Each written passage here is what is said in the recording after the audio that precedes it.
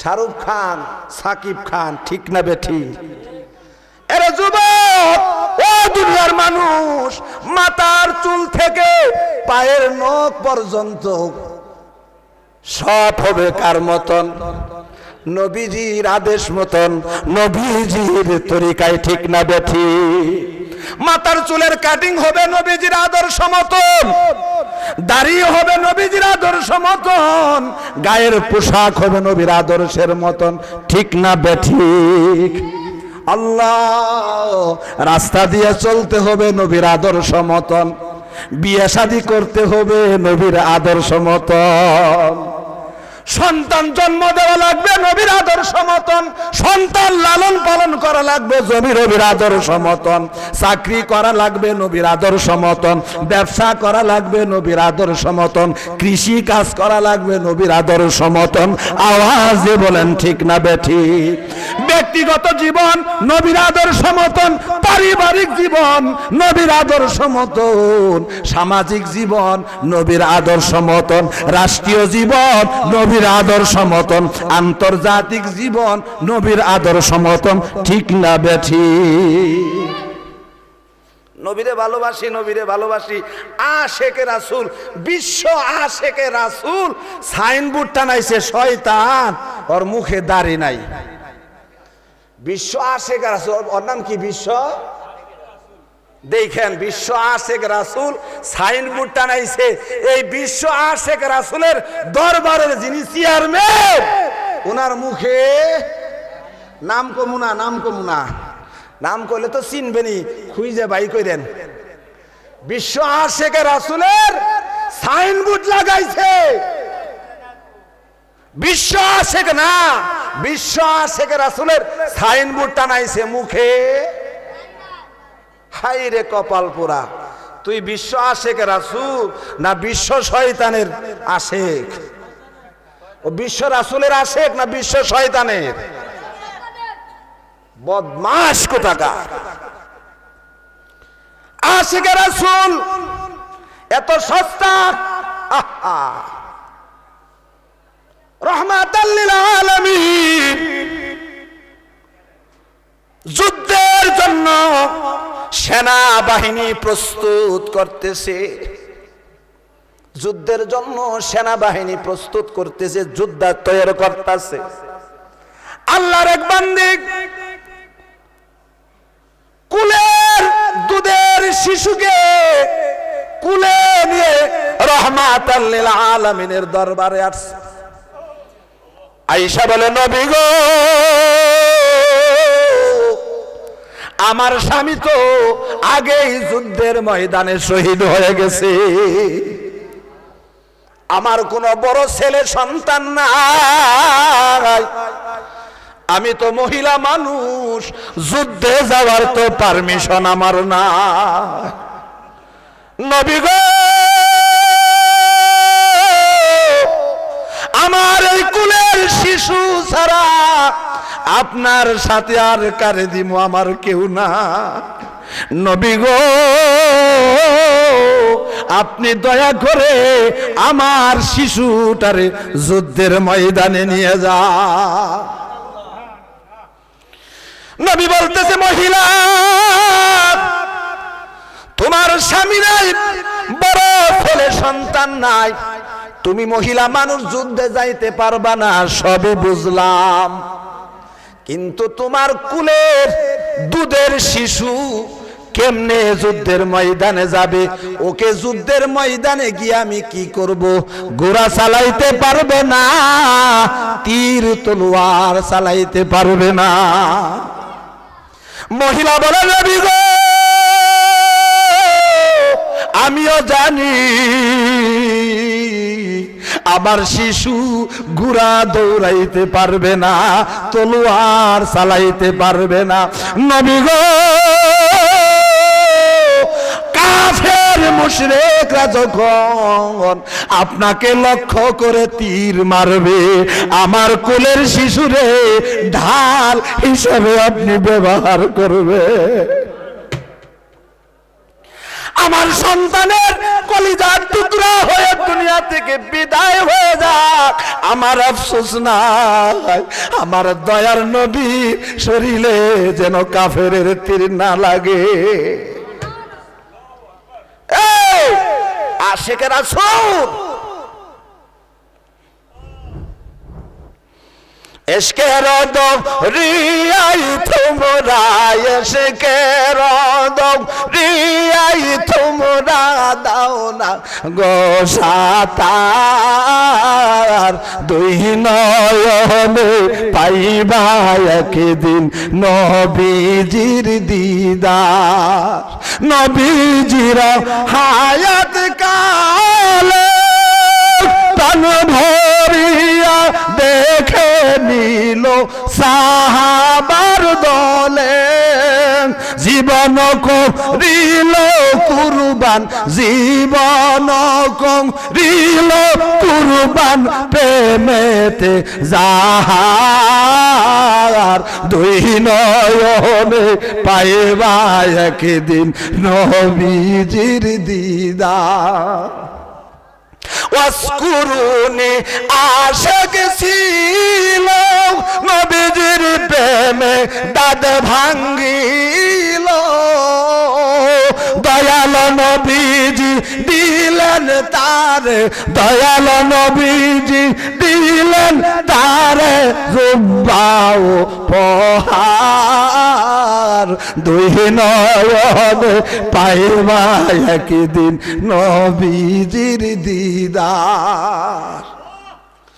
قل إن كنتم تحبون الله فاتبعوني يحببكم الله ويغفر لكم ذنوبكم والله غفور رحيم। আমার আল্লাহ বলে, মানুষরে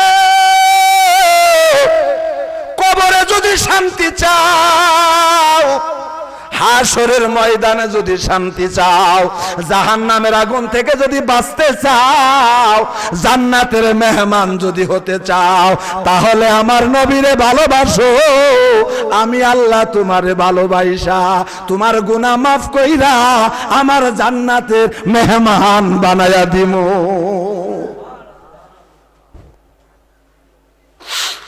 এই জন্য সাহাবায়ে কেরাম বুঝতে পারছিল বিষয়টা। নিজের জানের চাইতে, মালের চাইতে, ছেলের চাইতে, মেয়ের চাইতে, বিবির চাইতে, মার চাইতে, বাবার চাইতে সবচেয়ে বেশি দামি ছিল মুহাম্মাদুর। নবীজি যুদ্ধের জন্য ফান্ড কালেকশন করতেছে। নবীজি যুদ্ধের জন্য ফান্ড কালেকশন করতেছে, টাকা কালেকশন করতেছে। ডান দিকে বলতেছে, কে আছো যুদ্ধের জন্য আল্লাহর রাস্তায় মাল খরচ করবা, দাঁড়াও। হযরত উসমান দাঁড়ায়া গেছে। নবী গো, আমি উসমানের মাল থেকে আপনার কদমে 100 উট দান করে দিলাম। সামনে বলতেছে, কে আছে যুদ্ধের জন্য তোমাকে দেওয়া আল্লাহর মাল থেকে খরচ করবা, দাঁড়াও। হযরত উসমান এদিক থেকে গুইরা সামনে গেছে, যায় দাঁড়াইছে। নবী গো, আপনার উসমান 100 উট আপনার কদমে দান করলো। ডানে 100, সামনে 100, কত? নবীজি বাম দিকে আহ্বান করছে, কে আছে আল্লাহর দ্বীনের জন্য যুদ্ধের ময়দানের খরচের জন্য কে দিবা, কে? হযরত উসমান দৌড়ায়া বামে গেছে, হাত উঠাইছে। নবী গো, আপনার উসমান আপনার কদমে 100 উট। আল্লাহ নবী আসমানের দিকে তাকায়া মুস্কি মুস্কি হাসতেছে। উসমান ডাক দিয়ে কয়, নবী আপনি আগে এই টাকা বন্ধ কইরেন না, কালেকশন করা বন্ধ কইরেন না গো নবী, আমাকে কিছু সময় দেন। নবীর কাছ থেকে সময় নিয়া ডানে 100, সামনে 100, বামে 100, 300 দিছে, এরপরও মন ভরতেছে না। নবীকে বলতেছে, নবী গো আপনি আগেই দান উঠানো বন্ধ কইরেন না, আমাকে কিছু সময় দেন। দৌড়ায়া বাড়িতে গেছে, বিবির কাছে গিয়ে বলে, বিবি রে তোমার স্বর্ণ অলংকার কি আছে সব দাও। বিবি বলতেছে, স্বামী গো এত বড় ব্যবসা আজকেন, আপনার সমস্ত মাল দিয়ে ওই মাল কিনতে পারতেছেন না, আমার অলংকার নেওয়ার জন্য আসছেন। উসমান বলে, বিবি রে আজকে তো সর্বশ্রেষ্ঠ মালিকের মাল কিনতেছি, সর্বশ্রেষ্ঠ মাওলার সাথে ব্যবসা আজকে। ও বিবি বহুত ফান্ডের দরকার, অর্থের দরকার, সর্বশ্রেষ্ঠ মালিকের সাথে আজকে ব্যবসা। বিবি রে যা কিছু আছে তোমার স্বর্ণ রূপা দিয়ে দাও, আজকের ব্যবসা সর্বশ্রেষ্ঠ ব্যবসা। বিবির কাছ থেকে সমস্ত সোনা রূপা টুলকার ভেতরে আইনা নবীর হাতে ধরা দিছে। নবী রূপাগুলো এক পাশে রাখছে, স্বর্ণগুলো এক পাশে রাখছে, এক হাত দিয়ে রূপার টুলকা আর এক হাত দিয়ে স্বর্ণের টুলকা ধইরা আসমানের মালিকের ডাক দিছে, আল্লাহ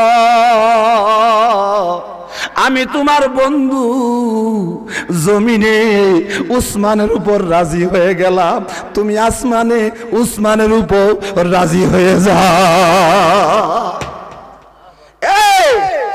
আশেকে রাসূলদের খেলা ছিল এরকম খেলা, এরকম খেলা ছিল, আশেকে রাসূলদের খেলা এরকম ছিল। সুবহানাল্লাহ।